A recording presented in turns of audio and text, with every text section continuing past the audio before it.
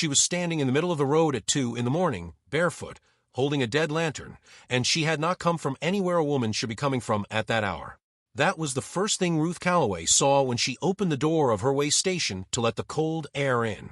The second thing she saw was the blood on the woman's sleeve. And the third thing, the thing that made Ruth step back inside and reach for her shotgun, was the child behind the woman. A little girl, maybe 6 years old, pressed flat against the woman's back with both arms wrapped around the woman's waist, eyes wide and white in the dark, staring at Ruth like she had already decided whether or not to trust her, and had already decided no. Ruth had run the way station for 11 years alone.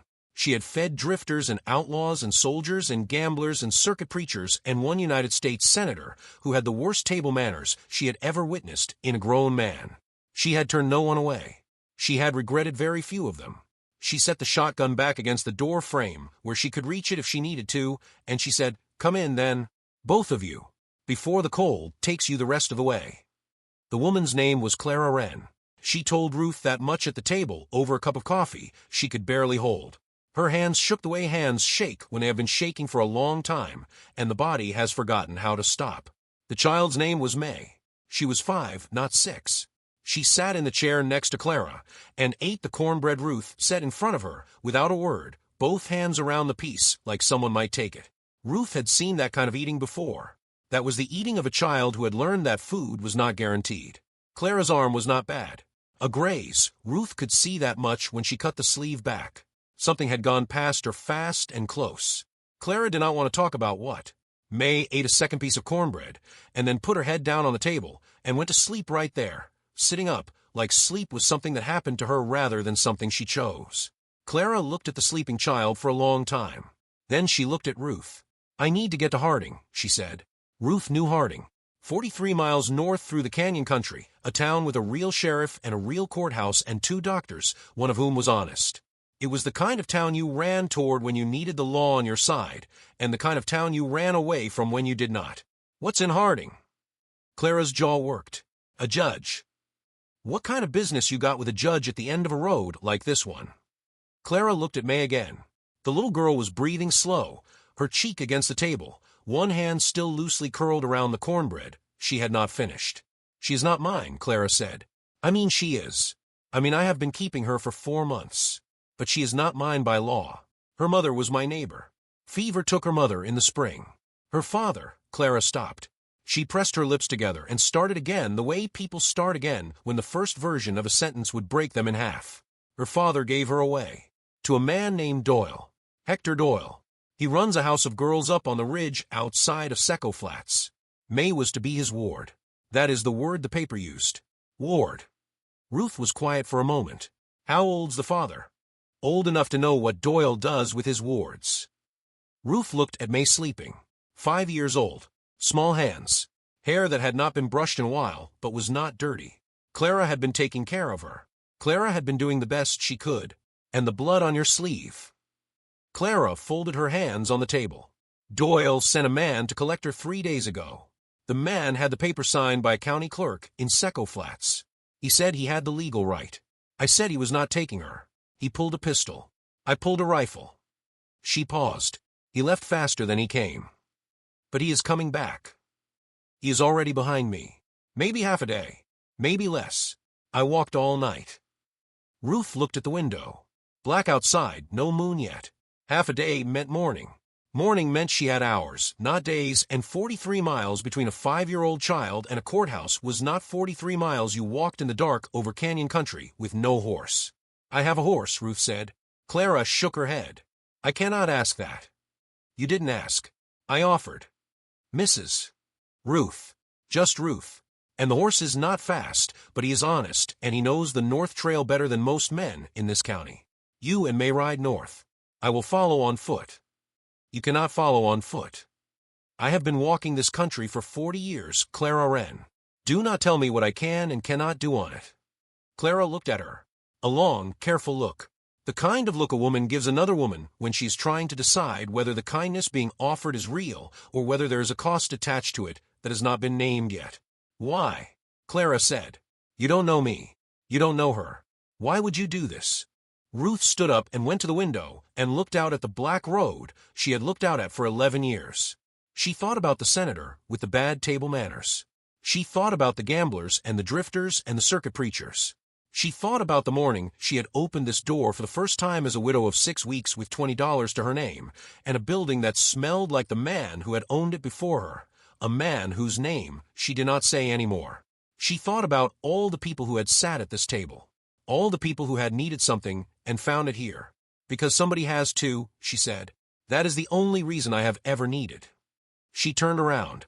Clara Wren was crying, quietly, with her hands flat on the table, and her face very still, the way people cry when they've gotten good at not making it obvious. Ruth did not say anything about it. She went to the stove and poured more coffee and set it down and went to saddle the horse. His name was Garrison. He was 14 years old and gray around the mouth, and about as fast as a man thinking carefully. But he was steady on the night trails, and he did not spook at shadows, and he had carried Ruth through 2 hard winters without complaint. She saddled him in the dark by touch and talked to him the way she always talked to him, low and even, telling him where they were going and what was needed and why. She did not know if horses understood such things. She did it anyway, because she had learned that anything given care enough to speak tended to rise to the occasion. She brought him around to the front. Clara lifted May without waking her, and set her across the saddle, and climbed up behind her. May stirred, looked around, saw Clara, and went back to sleep. Ruth handed up the rifle. She kept wrapped in oilskin under the counter for situations that had no other resolution, and a canteen, and what was left of the cornbread, and 3 pieces of dried venison. North Trail forks twice, Ruth said. Both times bear right. The left forks go down to the river crossings, and the crossings are high this time of year. Right stays up on the bench.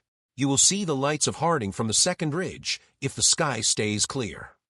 And you? I will be behind you. Do not slow down for me. Clara looked down at her from the saddle for a moment. In the dark, Ruth could not read her face clearly. Only her voice. Ruth. Clara. I hope I can be like you when I am your age. Ruth almost laughed. You're already like me, child. That is why you are still standing.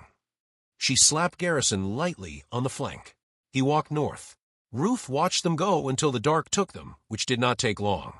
Then she went inside and got her own boots and her coat and her knife, and the old pistol her husband had left her, which she had never once fired in anger, and which she hoped she would not need to fire tonight. She took what food was left and a second canteen, and she locked the door of the way station for the first time in 11 years, and she stepped onto the road, and she walked north. The man who came to the way station 2 hours later found it dark and locked and empty. His name was Virg Tatum, and he had ridden for Hector Doyle for 6 years, which meant he had ridden for a man who paid well, and asked hard things and did not blink at the answers.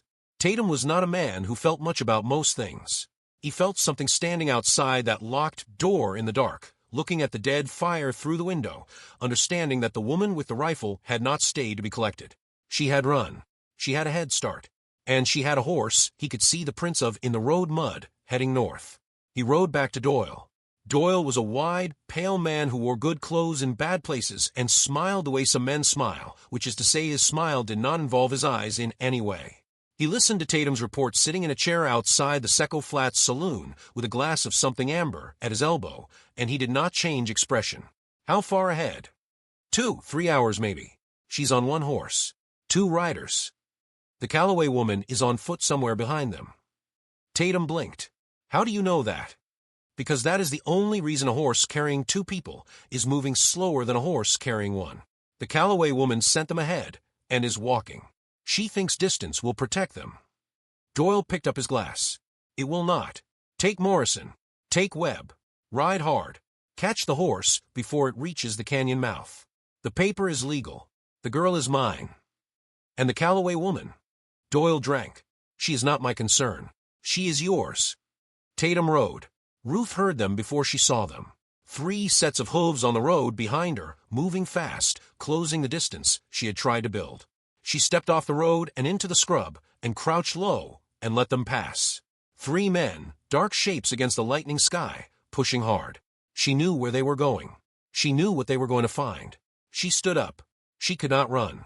She was 61 years old, and she had walked 11 miles in the dark on a bad knee, and running was not a thing her body had agreed to in several years. But she was a quarter mile from the canyon mouth. She knew that, and the canyon mouth was where the road narrowed to a single-file track between two walls of red rock, and a horse could not push past another horse without one of them going off the edge. Ruth Calloway walked faster than she had walked in a decade. She did not make it to the canyon mouth before the men did. What she made it to was the ridge above the canyon mouth, which she reached by climbing a goat trail that her knees would remind her of for the next month, and from which she could see the narrow road below in the first gray light of the morning. She could see Garrison moving slow, with two small shapes on his back. She could see 3 riders coming up from the south fast. And she could see, about 50 yards ahead of the riders, that the road curved around a flat rock shelf, and that anyone standing on that shelf would be seen by anyone coming around that curve with about 10 seconds of warning. Ruth was already moving. She came down off the ridge on the south side of the shelf, and dropped the last 4 feet onto the rock, and landed badly on the bad knee, and stood up anyway. She walked to the middle of the shelf, and she stood there, and she waited. The first rider came around the curve, and pulled up hard. His horse skidded on the rock, and threw its head, and the man fought it level. He looked at Ruth. Ruth looked at him. She had the pistol at her side, not raised. Not yet. "Morning," she said. The man stared at her. He was young, not 30, with a new scar across his chin, and the eyes of someone who had learned early that the world was arranged against him, and had spent his energy ever since arranging it against other people. "Get out of the road." "I am not in the road. I am on a rock shelf. That is public land." The second and third riders came around the curve and pulled up behind the first. 3 horses, 3 men, 1 old woman with 1 pistol and a bad knee and enough road behind her that going back was no longer a meaningful option. "Ma'am," said the one in the back, a heavier man with a slow voice that was meant to sound reasonable. That was Tatum, she understood. He was the one Doyle sent to do the talking. "We are not looking for trouble with you. I know what you are looking for. You are not going to find it. The girl is the legal ward of Mr. Hector Doyle. That is a matter of territorial record. A county clerk's signature and a father who sold his daughter for drinking money does not make something legal, son. It makes it a crime written on paper. The law says different. The law is 43 miles north of here, and it is going to say something very different when a judge in Harding hears what Hector Doyle does with his wards." Ruth raised the pistol. She raised it slow, so they could all see exactly what she was doing and why. "You are not getting past me this morning." The young one with the scarred chin started to bring his rifle up. The shot that cracked the air did not come from Ruth. It came from above and behind her, from the ridge she had just climbed down from, and it kicked up dust 6 inches to the left of the scarred man's horse's front hoof. The horse went sideways hard, and the scarred man grabbed for leather with both hands, and the rifle dropped. Ruth did not look behind her. She kept her eyes on the 3 men. "Next one is not a warning," said a voice from the ridge. A man's voice, calm and flat, the voice of someone who had been in this kind of conversation before and knew how it usually ended. "The one after that is not either." Tatum looked up at the ridge. He looked at Ruth. He looked at the rifle on the ground 6 feet from his companion's horse. "Who is up there?" the scarred man said. Ruth genuinely did not know. She kept her face from showing that. "The kind of man who does not miss twice," she said, which was a thing she had heard somewhere once and had always thought sounded right. There was a long pause of the kind that settles over a situation when everyone involved is recalculating. Ruth had learned over 61 years that these pauses were the most important moments in any conflict, because the decision made in the pause was the decision that determined everything that came after, and most men in a pause with a pistol aimed at them, and a rifle above them, and no clear path forward chose the one thing that cost them nothing immediate, which was to back up. Tatum backed his horse up. He looked at the other 2. They backed up. "Mr. Doyle is going to hear about this," Tatum said. "Mr. Doyle is going to hear about a great deal of things very soon," Ruth said. "Most of them in a courthouse. Now ride back the way you came." They rode. The scarred one collected his rifle first, which Ruth expected, and she kept the pistol on him until he had it across his saddle, and his horse turned south, and then she lowered it and finally let herself breathe. She heard boots on the rock behind her and turned. The man who came down off the ridge was not tall and not young, and not the kind of man who announced himself. He was maybe 50, lean and weather dark, with a canvas coat, and a rifle he was already reloading without looking at it. He had a badge on his coat that had been pinned slightly crooked, which was the kind of detail Ruth noticed, because her husband had worn one like it for 12 years, and she had straightened it for him every morning. "You the woman from the way station," he said. "I am Ruth Calloway. I have run that way station since 1871. Who are you?" Deputy Marshal Amos Greer, out of Harding. I have been looking for Hector Doyle for 8 months. He looked south at the dust the 3 riders had raised. Those are his men. I know what they are. The woman and the child. Are they ahead? If Garrison kept his pace, they are already in the canyon. Greer looked at the canyon mouth and back at Ruth. He had the careful eyes of a man who made assessments constantly and revised them without embarrassment when the facts changed. You walked all night.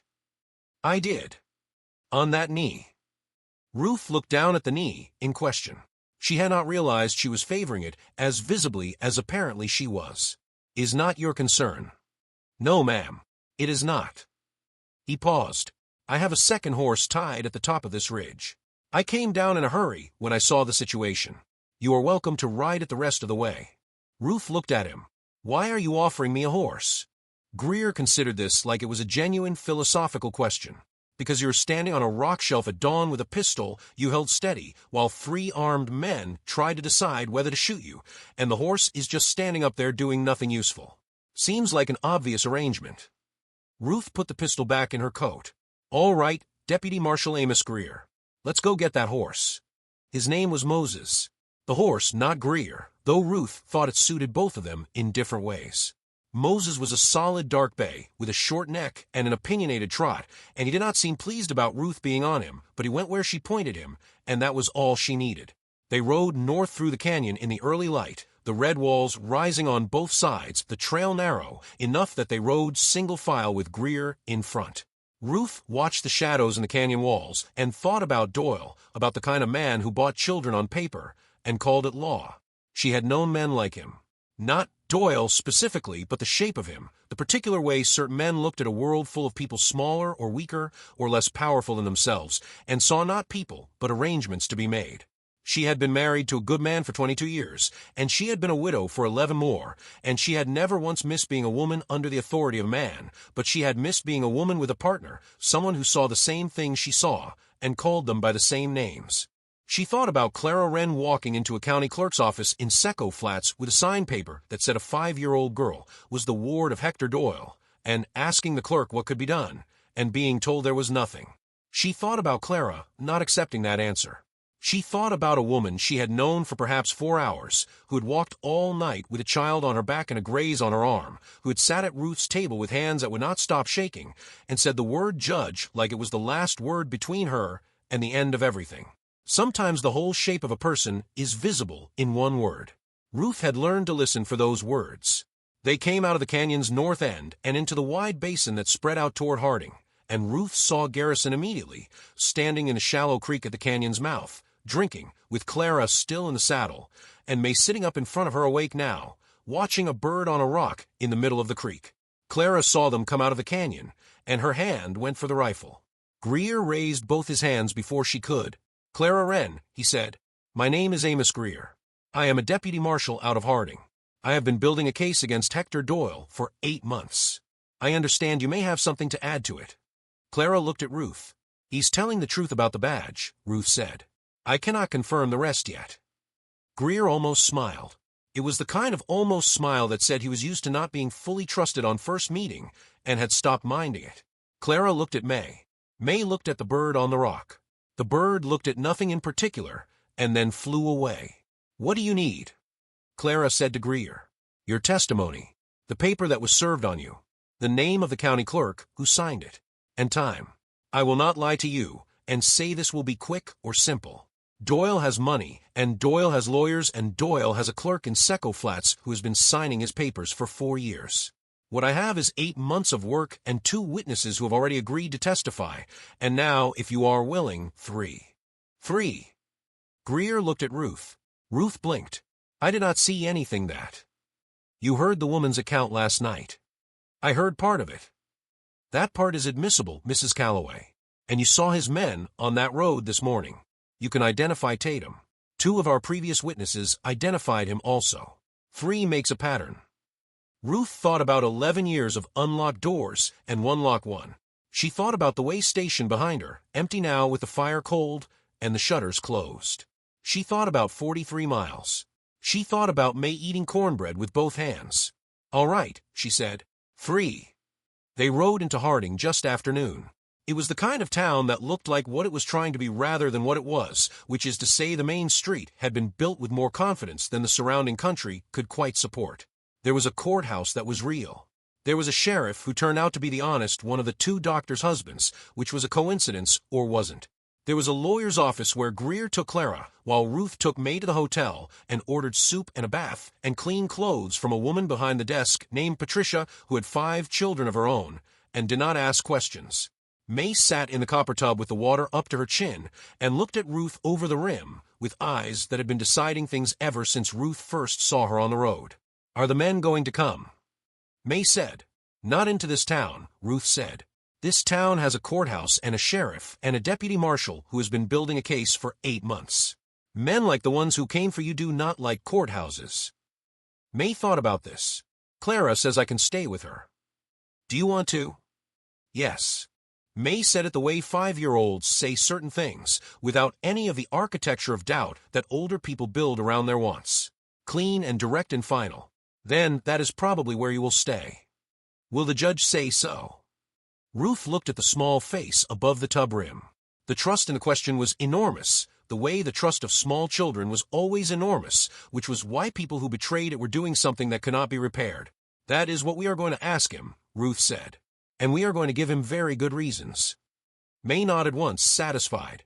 She went back to looking at the water. Ruth sat in the chair by the window while May bathed and looked out at the main street of Harding and thought about the thing she had said at the way station to Clara. Because somebody has to. She had meant it. She had meant it in the way you mean things that you have said so many times silently to yourself that saying them out loud feels like just the last step in a process that has already been completed. She had been somebody who did because somebody had to for a long time, since before the way station, since before her husband died, since before, even, she had understood what she was doing. Her mother had been that way. Took in the neighbors when the river rose. Took in the preacher's wife when the preacher showed what he really was under the Bible. Did it quietly, efficiently, without making the people she helped feel small for needing it. When Ruth had asked her once why she always opened the door, she had said something Ruth had been turning over in her mind for 61 years. She had said, "Girl, a closed door in a cold world is a choice. You are always choosing. Even when you think you are not choosing, you are choosing. So you might as well choose the door open." Ruth had chosen the door open for 40 years, and she had never quite managed to regret it. The hearing before the judge took 3 days, which was faster than Greer had expected, and slower than Clara had hoped, and exactly as long as May's patience lasted, which ran out at approximately 2 days and 20 hours, and resulted in her rearranging every item on the table in Ruth's hotel room by size, and then by color, and then by a system only she understood. Ruth did not interfere with the system. Clara testified on the first day. She was clear and direct, and she did not use extra words, which Ruth had noticed was her way of doing most things. She said what she had seen. She said what had been done to May's mother before the fever. She said what May's father had taken for signing the paper, and what Doyle had offered him, and what she had heard Doyle tell his man when the man came to collect May. She said all of it in a voice that did not shake, which Ruth suspected had cost her considerably. Greer's 2 other witnesses testified on the second day. One was a woman from Secco Flats who had watched Doyle's operation for 2 years from next door and written down dates and names in a ledger she had kept under her floorboards. The other was a man who had once worked for Doyle and had left and was now testifying from a chair 6 feet from Doyle's lawyer with the kind of careful composure of someone who had made a decision that might get him killed and had decided to see it through anyway. Ruth testified on the 3rd day. She told about the door. She told about Clara at the table. She told about Garrison and the North Trail, and the rifle she had handed up. She told about the road and the rock shelf and the 3 riders and Tatum specifically, and what he had said about the paper, and the ward, and the law. She told it plainly, and without decoration. The judge was a small man with big glasses, and the manner of someone who had stopped being surprised by what people did to each other, but had not stopped being troubled by it. He asked Ruth one question at the end of her testimony. "Mrs. Calloway, in your assessment, was the child in immediate danger?" Ruth thought about May eating cornbread with both hands. "Yes, sir," she said. "She was. The woman who brought her to my door had been grazed by a pistol ball. 3 men were a half day behind her on the road. The only thing between that child and a life I would not wish on any creature capable of suffering was the woman who had been keeping her for 4 months and 1 old way station and 43 miles of hard country. Yes, she was in immediate danger. The judge wrote something down. Doyle was in the courtroom. He sat behind his lawyer, and he looked at Ruth the entire time she testified with a flat, pale patience, the patience of a man who had watched things go wrong before and had always found a way through, who did not believe in permanent setbacks, only in regrouping. Ruth looked back at him the same way she had looked at the three writers on the rock shelf. Not with anger. With clarity. The judge made his ruling that afternoon. The Ward agreement was voided on the grounds of coercion and improper consideration, which was the legal way of saying May's father had sold her for something he shouldn't have, and the man who bought her had known exactly what he was buying her for. Doyle's lawyer filed an immediate appeal. Greer had expected that. He had also, it turned out, spent the third evening telegraphing the federal marshal's office in Santa Fe about Doyle's broader operation, the ledger woman's notes, and the name of the county clerk in Secco Flats. That telegraph reached Santa Fe at 10 at night, and the federal marshal's office began moving on it at first light. Some things, once started, do not stop for appeals. Doyle left the courthouse that afternoon with his lawyer and his flat, pale patience and rode back south toward Secco Flats and was arrested at the county line by a federal deputy who had ridden through the night. The county clerk was arrested at his desk the following morning. He confessed within an hour, which was something men who had been doing wrong things with other people's names on paper tended to do when a larger authority with a longer memory than they had counted on turned up with questions and a ledger. Clara heard about the arrests in the hotel dining room the next morning. She was sitting across from Ruth with May between them, and May was eating eggs and explaining to both of them in very precise terms the difference between a sparrow and a finch based on a bird she had seen through the window. Clara heard, and went very still, and then looked at Ruth. "Is it over?" she said. Ruth looked at May explaining the bird. "For now," she said. "The law has a long way still to go. But for today, yes. For today it is over." Clara put her face in her hands. Not crying, just resting it there, in the dark behind her own palms, the way people rest after something that has been held up for a long time is finally set down. May looked at her. "Clara." Clara lifted her face. Her eyes were wet. She was smiling. "I'm all right, sweetheart. You look like you cried." "I almost did." May considered this with the philosophical openness of a 5-year-old. "That's okay," she said. "Ruth says crying is just water your body makes when something is too much to hold." Clara looked at Ruth. Ruth lifted her coffee cup. "I may have said something like that, yes." Clara laughed. It came out short and surprised, the laugh of a woman who had not laughed in a while and had forgotten how close it lived to the other things. May went back to the bird. Greer found Ruth that afternoon sitting on the bench outside the hotel with her bad knee stretched out in front of her. He sat down next to her without being invited, which she was beginning to understand was simply how he moved through the world. "How's the knee?" "It has been better. It has also been worse." "You walked 43 miles on it." 11 miles. Garrison carried me the first 32. Still. Ruth looked at the main street of Harding. Ordinary afternoon. People going from one place to another with ordinary purposes. The courthouse sitting at the end of it like a fact. "What happens to Doyle?" she said. "Federal charges. The Santa Fe office has been watching him for longer than I have. This gave them what they needed. He will not be arranging any more wards." And May. "The judge has given temporary guardianship to Clara Wren pending a formal hearing in 6 weeks. Given the circumstances, my expectation is that the outcome of that hearing is not in doubt." Greer paused. "Clara will need to establish permanent residence. A way station between here and Secco Flats is not what the court considers a stable home." Ruth looked at her knee. "No," she said slowly. "I do not imagine it is. Is there somewhere else she might go?" Ruth was quiet for a while. A wagon went past. A woman called something to someone from a second-story window. The ordinary sounds of a town that had a courthouse and a sheriff and enough stability to be called ordinary. "There's a room at the way station," Ruth said. 2 rooms, in fact.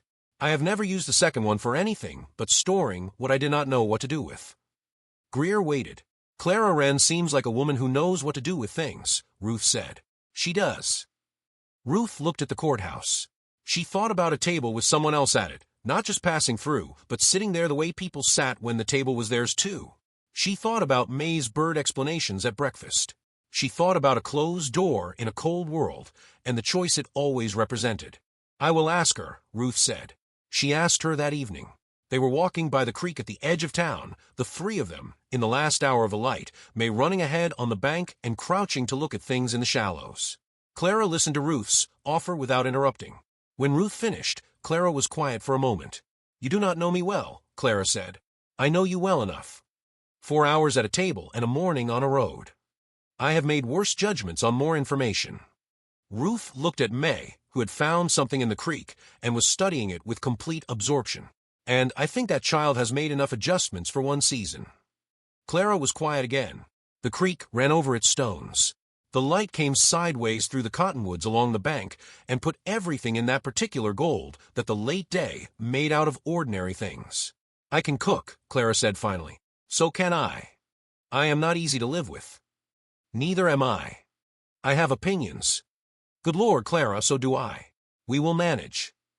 Clara almost smiled. Something in her face shifted in the way that faces shift when a decision has been made and the body has accepted it. "All right," she said. "All right, Ruth. We will try." May came running back from the creek with something cupped in both hands. She stopped in front of them and opened her hands very carefully to show them. A small frog, the color of old copper, sitting perfectly still in her palm, regarding them with an expression of dignified resignation. "Can we keep it?" May said. Ruth looked at the frog. The frog looked at Ruth. "In the creek behind the way station," Ruth said. "That is where frogs live." May looked at the frog. The frog continued to look at nothing in particular with great concentration. "He can live there," May said. "We can visit." "That sounds like the right arrangement for a frog," Ruth said. May took the frog back to the creek and set it in the water, and they all three watched it go, quickly, with great purpose, into the current and out of sight around a bend. May stood up and wiped her hands on her skirt and looked at the place the frog had disappeared. "Okay," she said. Then she took Clara's hand and Ruth's hand and walked back toward town between them, one on each side, the way a child walks when she has decided where the safe places are. Ruth felt the small hand in hers and looked ahead at the street coming into the last of the evening light, and did not say anything about what she was feeling because there were not words that were good enough for it, and she had lived long enough to know that some things were better kept in the chest and carried there quietly and taken out in private, and looked at in a way you looked at things that were yours in the deepest sense, not possessed but entrusted, not owned but given. They left Harding the next morning. Greer rode with them as far as the canyon mouth, which was a distance farther than he needed to go, and he did not explain why, and Ruth did not ask. At the canyon mouth, he tipped his hat to Clara and to May, and then looked at Ruth. "Mrs. Calloway," he said, "Deputy Marshal Greer. If Doyle's lawyer finds a way through the appeal and the case needs additional testimony, I may need to contact you. You know where I am." "I do." He paused. "And if I am ever on the road between here and Secco Flats after a long day." "There is always something on the stove," Ruth said. Greer nodded once. Then he turned his horse and rode back north toward Harding. Ruth watched him go. Clara was already ahead of her on Garrison, with May in front. The canyon mouth opened red and clean in the morning light. Ruth had been looking at this country for 61 years, and she still found that it took her breath on certain mornings, the way it went on forever in every direction, the way the sky above it was large enough to make human trouble seem appropriately sized, the way the light came across it different every time, as though the land had not tired of being seen. She clicked Moses forward and rode into the canyon. It took 5 weeks for the formal hearing to be scheduled. In those 5 weeks, certain things settled themselves into a shape that felt less like arrangement and more like what had always been waiting to happen. Clara cooked in mornings. Ruth cooked in the evenings. May set the table with the particular ceremony of a child who has been told this is important and has decided to take the importance further than anyone anticipated, lining up the cups and plates with a precision that would have satisfied a general. The second room was no longer storing things Ruth did not know what to do with, because it turned out Clara knew what to do with most of them, including the crate of books Ruth had been meaning to unpack for 3 years, which Clara unpacked the first afternoon and arranged on the shelf Ruth had never gotten around to using, and which May discovered 2 days later and began treating as a personal library, pulling volumes down and carrying them around and listening to Clara read from them in the evening by the lamp. Garrison had taken to standing outside the window of the second room in the mornings, waiting for May to come out and talk to him. He had not previously been a horse with social inclinations, which Ruth found interesting. She said nothing about it, but she noted it. There were things you could tell about a place by the way its animals behaved, and what the animal behavior at the way station was currently telling her seemed worth noting. The travelers came through, the way they always had. Drifters and ranchers and men with wagons and the occasional circuit preacher. They sat at Ruth's table and ate and paid what they had, and went on their way. Some of them noticed May and Clara in the new arrangement and commented, and some did not. One old rancher on his way south asked Ruth point-blank whose child that was, and Ruth said, "She is Clara Wren's daughter," which was not yet legally true, and was already essentially true in every way that mattered. And the rancher said she looked like a fine girl, and Ruth said she was, and that was the whole of the conversation. Tatum came through the way station once. Ruth recognized him when he came in the door, and she held his gaze, and did not reach for the shotgun, but left her hand near it. And he sat at the table, and ate what she gave him, and put his coins down, and left without speaking about anything that had happened. She watched him ride south until the dust took him. She did not know what Tatum would do next. She did not know if Doyle had people who would carry on without him, or if the federal charges had cut deep enough that the whole operation was going under. She did not know many things about what was coming. What she knew was what was here. And what was here was a table with people at it, and a door that was not locked, and a horse that had learned to come to a particular window in mornings. The formal hearing was on a Thursday in October. Clara and May and Ruth rode to Harding, and sat in the small courtroom, and Clara answered the judge's questions, and the judge looked at May, and asked May one question, which was whether she wanted to live with Clara Wren, and May said yes, with the same clean certainty she had used at the bottom of the copper tub, the certainty of someone for whom this was not a close question.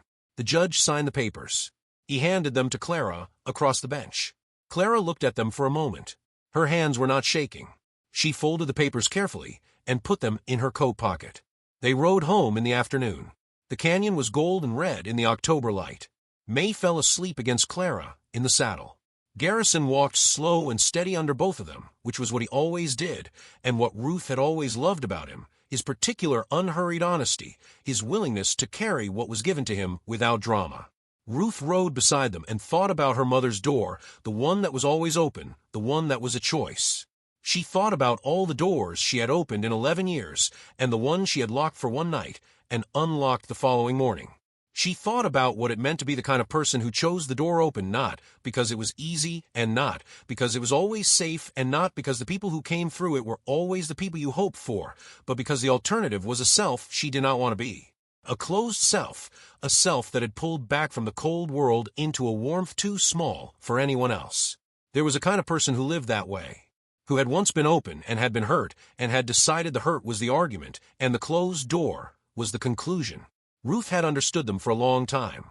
She had felt the pull of it herself. After her husband died, she had lain in the empty bed for 2 weeks and heard the road outside the way station going on in both directions without her, and had considered the genuine possibility of staying in the bed. Not dying, just not getting up, just stopping the choosing, and letting the world go on around her like a river around a stone. She had gotten up on the 15th morning because someone knocked on the door. She did not know, to this day, who it was or where they were going. She had never seen them before and never saw them again. They had needed a meal and a place to water their horse, and they had ridden on. Ruth had made the meal and watered the horse, and after they left she had stood in the middle of the front room of the way station looking at the door she had just closed behind them, and understood that the door being open was not the thing that had kept her all these years. The door being open was the result of the thing. The thing was that she had decided every morning to be the kind of person who opened it, and the deciding was hers, not anyone else's, not her husband's, not the county's, not God's if God had opinions about such things, which she suspected he did but suspected he was patient about. Hers. Every morning, hers. She had made the same decision every morning since. May woke up 10 minutes from home and looked around at the canyon in the orange light and said, "Are we almost there?" And Clara said, "Yes, sweetheart, almost." And May said, "Is Garrison going to need water?" And Clara said he will, and May nodded seriously like this was a responsibility she was already calculating how to meet. They came out of the canyon into the flat, and the way station sat at the bend of a road where it had always sat, ordinary and low, and not large, but exactly as large as it needed to be. Ruth had never been glad to see it the way she was glad to see it now. Not because it was grand, but because it was hers, and because it was lit, the lamp she had left burning in the window, sending its small particular light out into the dusk, visible from half a mile, the way a lit window was always visible because the eye went toward light the way people went toward warmth, and always had, and always would as long as there was cold in the world. They unsaddled the horses and fed them, and May carried the water herself, 2 trips with the bucket, spilling some, not minding. Clara made supper. Ruth sat at the table and let herself be tired in the honest way that the body was tired after it had done something that needed doing. May sat across from her and drew something on a piece of paper with a stub of pencil, tongue pressed between her teeth in concentration. Ruth looked at the drawing. It was a horse and a frog, and a building that was presumably the way station, and 3 people of varying sizes standing in front of it. "Is that us?" Ruth said. "Yes." May pointed. "That's me. That's Clara. That's you." Ruth studied her own figure in the drawing. She was the tallest, which was not accurate, but which she supposed was May's understanding of relative importance rather than relative height. "That is a good picture," Ruth said. May looked at it critically. "Garrison's legs are wrong. Horses are hard to draw." "I know." May looked up. "I am going to practice." "Good." "Ruth." "Yes." May held up the drawing. "Can we put it on the wall?" Ruth looked at the picture. The 3 figures in front of the way station. The horse with wrong legs. The frog that she now realized was in the bottom corner, rendered in careful detail. "Yes," she said. "We can put it on the wall." May beamed. She went back to drawing. Clara set supper on the table. She sat down. The lamp put its small, steady light across the 3 of them.